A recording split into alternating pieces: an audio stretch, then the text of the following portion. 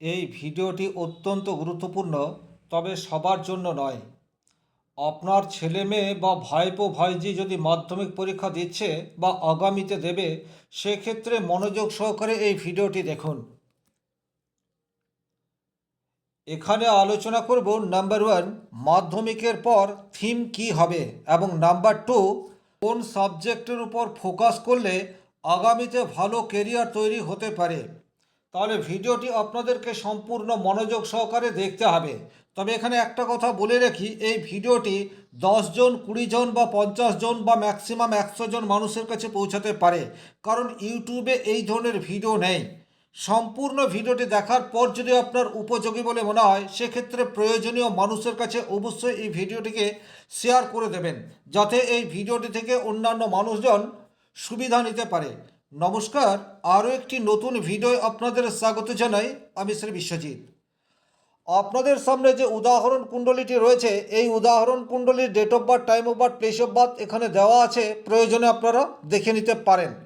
এই জাতকের লগ্ন সেটা হচ্ছে কুম্ভ, এবং রাশি সেটাও হচ্ছে কুম্ভ, অর্থাৎ জ্যোতিষশাস্ত্রে একে লগনচাঁদা বলা যেতে পারে। কিন্তু আপাত দৃষ্টিতে যদি আপনি এই লগ্ন কুণ্ডলীটিকে দেখেন, তাহলে কিন্তু যথেষ্টই নেগেটিভ এই লগ্ন কুণ্ডলীর গ্রহগত অবস্থান, সেটাই কিন্তু মনে হবে। তাহলে থিম নির্বাচন করার পূর্বে, থিম বলতে সায়েন্স, আর্টস নাকি কমার্স, এই যে তিনটে প্রধান থিম রয়েছে, ম্যাট্রিকের পর এই তিনটে থিমের মধ্যে থেকে কোনো একটি থিম চুজ করে তারপর আমাদের শিক্ষাকে এগিয়ে নিয়ে যেতে হয়।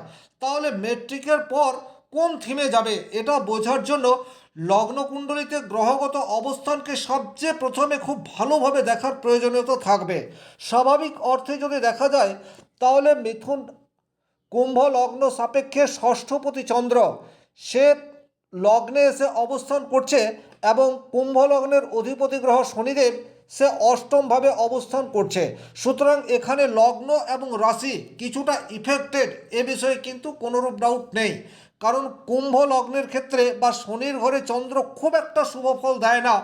আবার অষ্টম ঘরে যদি কোনো গ্রহ চলে যায়, বিশেষ করে লগ্নপতির মতো গ্রহ অষ্টম ঘরে চলে যায়, সেটাও কিন্তু শাস্ত্রে খুব একটা শুভ এটা বলা হয়নি। তাহলে স্বাভাবিক অর্থে এই লগ্নকুণ্ডলীটি একটি এভারেজ, এটা কিন্তু বলা যেতে পারে। এখন এই যে ম্যাট্রিকের পরের পড়াশোনা অর্থাৎ হায়ার স্টাডি, সেটা কিন্তু আমরা পঞ্চম ভাব থেকে বিচার করব। পঞ্চম ভাবটিকে যদি আপনারা একটু ভালোভাবে লক্ষ্য করেন, সেক্ষেত্রে পঞ্চম ভাবে কেতু অবস্থান করে রয়েছে, এবং এই কেতু নিজ ক্ষেত্রে রয়েছে। কারণ মিথুন রাশিতে কেতু নিজ ক্ষেত্রগত হয়।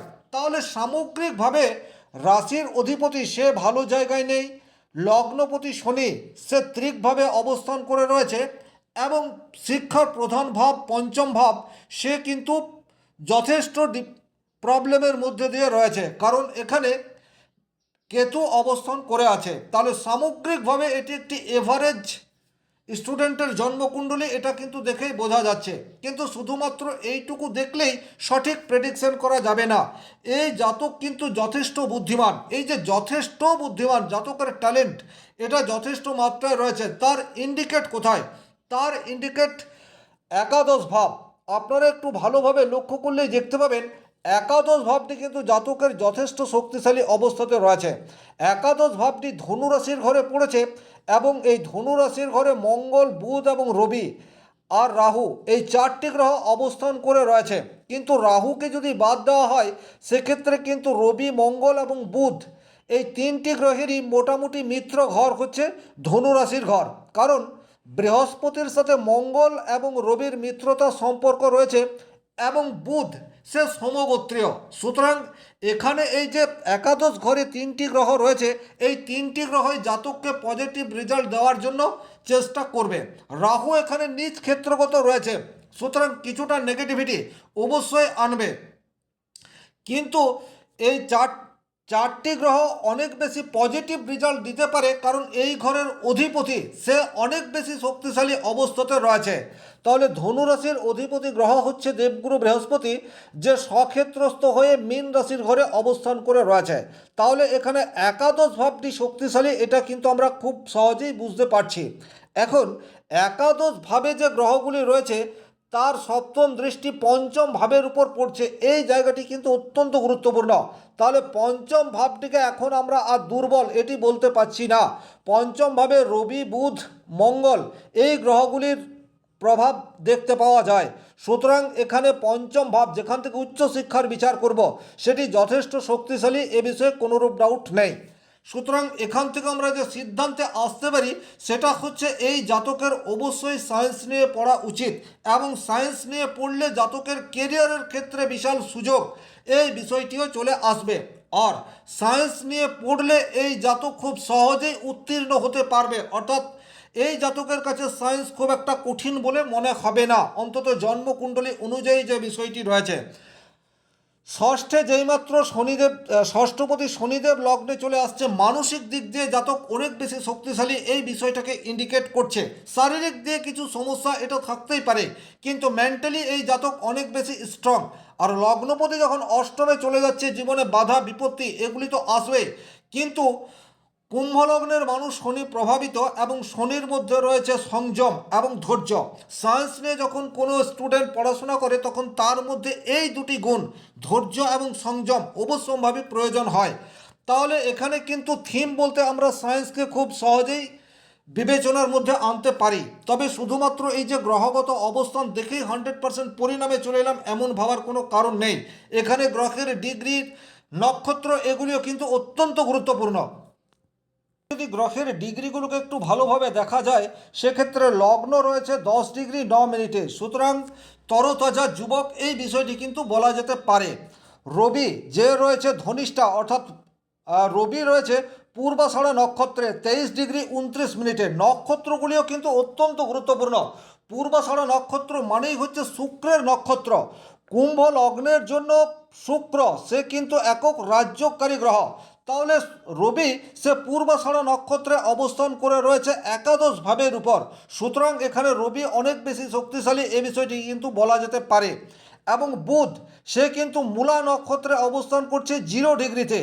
0 ডিগ্রির বুধকে কিন্তু আপনারা খুব বেশি দুর্বল বলতে পারেন না। 0 ডিগ্রি বা 1 ডিগ্রি 2 ডিগ্রি 29 ডিগ্রি 30 ডিগ্রি এগুলি কিন্তু মিরাক্কেল রেজাল্ট দিতে পারে। হ্যাঁ, কিছু কিছু ক্ষেত্রে এদের বল নেই, নেগেটিভ ইম্প্যাক্ট আসে, কিন্তু আমি আমার ব্যক্তিগত অভিজ্ঞতায় দেখেছি অনেক জন্মকুণ্ডলিতেই ডিগ্রিগত দিক দিয়ে যদি খুব কম থাকে অথবা অনেক হায়ার লেভেলের থাকে সেক্ষেত্রে সেই গ্রহটি কিন্তু এক্সট্রিম লেভেলের রেজাল্ট এটি দিতেই পারে।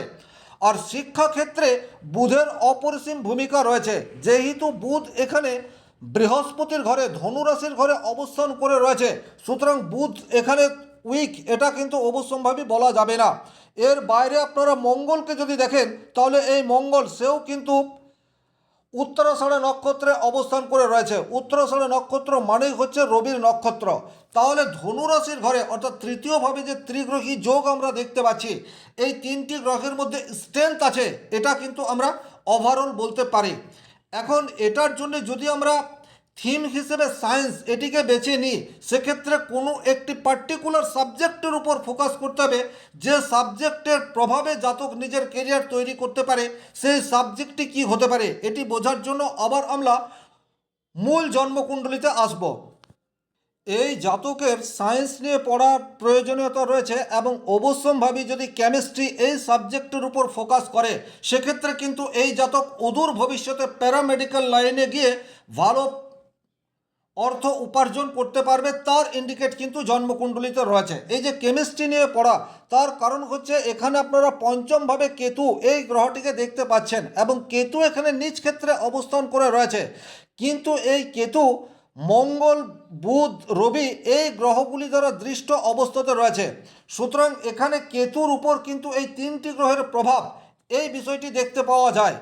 সুতরাং এখানে কেতুর মধ্যে কেমিস্ট্রি এই বিষয়টা রয়েছে, এবং সবচেয়ে বেশি আছে শুক্রের মধ্যে। খুব ভালো করে বিষয়টিকে যদি আপনারা বোঝার চেষ্টা করেন সেক্ষেত্রে কুম্ভ লগ্ন সাপেক্ষে এখানে দশম ঘরে শুক্র অবস্থান করে রয়েছে, যেখান থেকে আমরা প্রফেশন এই বিষয়টির বিচার করব। সুতরাং আমরা বলতেই পারি যে এখানে যদি কেমিস্ট্রি নিয়ে পড়াশোনা করে সেক্ষেত্রে কিন্তু অদূর ভবিষ্যতে প্যারামেডিক্যাল লাইনে গেলে এই জাতকের কেরিয়ার সেটি ভালো তৈরি হতেই পারে। কারণ এখানে অবশ্যম্ভাবী এমন কোনো লাইন বা এমন কোনো সাবজেক্টের উপর ফোকাস করতে হবে যে সাবজেক্ট শুক্রের পছন্দের। সুতরাং এখানে শুক্র কেমিস্ট্রি এই বিষয়টিকে কিন্তু ইন্ডিকেট করে জ্যোতিষশাস্ত্র অনুযায়ী। তাহলে শুক্র এবং কেতুর মিলিত সাবজেক্ট হিসেবে আমরা কেমিস্ট্রিকে চুজ করতে পারি এবং তার ফলে কিন্তু এই জাতক অদূর ভবিষ্যতে কোনো ল্যাবরেটরির কাজ শিখে ভালো অর্থ উপার্জনের সুযোগ পাবে। প্যারামেডিক্যাল লাইন এই জাতকের জন্য একেবারে উপযুক্ত। তার ফলে কিন্তু বর্তমানে মাধ্যমিকের পর সায়েন্স নিয়ে পড়লে এই জাতক উন্নতি করতে পারবে এবং সায়েন্সের মধ্যে মূল সাবজেক্ট সেটা কেমিস্ট্রি হলে এই জাতকের কেরিয়ার তৈরির ক্ষেত্রে অবশ্যম্ভাবী পজিটিভ রেজাল্ট আসবে। এখন আমরা দশা অন্তর্দশা এই বিষয়টিকেও কিন্তু অত্যন্ত গুরুত্ব সহকারে দেখতে হবে যে কোন গ্রহের দশা এরপর আসছে, জাতকের কেরিয়ার কোন গ্রহের দশায় শুরু হবে, সেটাও কিন্তু অত্যন্ত গুরুত্বপূর্ণ একটি বিষয়। আপনারা দেখতে পাচ্ছেন বর্তমানে এই জাতকের রাহুর মহাদশায় রবির অন্তর্দশা এটি চলছে এবং এই রাহুর মহাদশা এটি 2029 সালের মার্চ মাস পর্যন্ত চলবে। অবশ্যম্ভাবী এটা বলা যেতে পারে রাহুর মহাদশায় জাতকের কেরিয়ার শুরু হবে না, রাহুর মহাদশায় এই জাতক নিজের স্টাডির মধ্যেই থাকবে। তাহলে কেরিয়ার তৈরি হবে বৃহস্পতির মহাদশায়। এই জাতকের জন্মকুণ্ডলিতে বৃহস্পতি দ্বিতীয়ভাবে রয়েছে, অর্থাৎ অর্থভাবে দেবগুরু বৃহস্পতি রয়েছে এবং বৃহস্পতি যেহেতু দ্বিতীয়ভাবে স্বক্ষেত্রী অবস্থাতে রয়েছে, সুতরাং কেরিয়ারের জন্য এই বৃহস্পতি জাতককে যথেষ্ট পজিটিভ রেজাল্ট দেবে, এই বিষয়টি কিন্তু আমরা ডেফিনেটলি বলতে পারি। তার কারণ আমরা আবার জন্মকুণ্ডলিতে ফিরে যাব। আপনারা পরিষ্কার দেখতে পাচ্ছেন দেবগুরু বৃহস্পতি দ্বিতীয় ঘরে অবস্থান করে তার পঞ্চম দৃষ্টি ষষ্ঠ ভাবের উপর পড়ছে। ষষ্ঠ ভাব থেকে সুপার কম্পিটিশন এই বিষয়টির বিচার আমরা করতে পারি এবং তার নবম ভাব দশম ভাবের উপর পড়ছে। সুতরাং দশম ভাব থেকে যেখানে আমরা কর্ম বা পেশা এই বিষয়টির বিচার করি, তাহলে এখানে 2, 6, 10 এই কানেকশন কিন্তু অত্যন্ত স্ট্রংলি দেবগুরু বৃহস্পতির জন্য তৈরি হয়ে রয়েছে, যা জাতকের প্রফেশনের ক্ষেত্রে চাকরি এই বিষয়টাকে ইন্ডিকেট করে। তাহলে ডেফিনেটলি আমরা বলতে পারি যে অদূর ভবিষ্যতে এই জাতকের প্যারামেডিক্যাল লাইনে গিয়ে ভালো অর্থ উপার্জনের সুযোগ এবং চাকরি সেটাও এই জাতক পেতে পারে। আশা করি ভিডিওটি যারা শেষ পর্যন্ত দেখলেন তাদের অসংখ্য ধন্যবাদ। শনি মহারাজের কৃপায় আপনাদের প্রত্যেকের মনস্কামনা পূর্ণ হোক এই আশা রেখে আজকের ভিডিও এখানেই শেষ করব।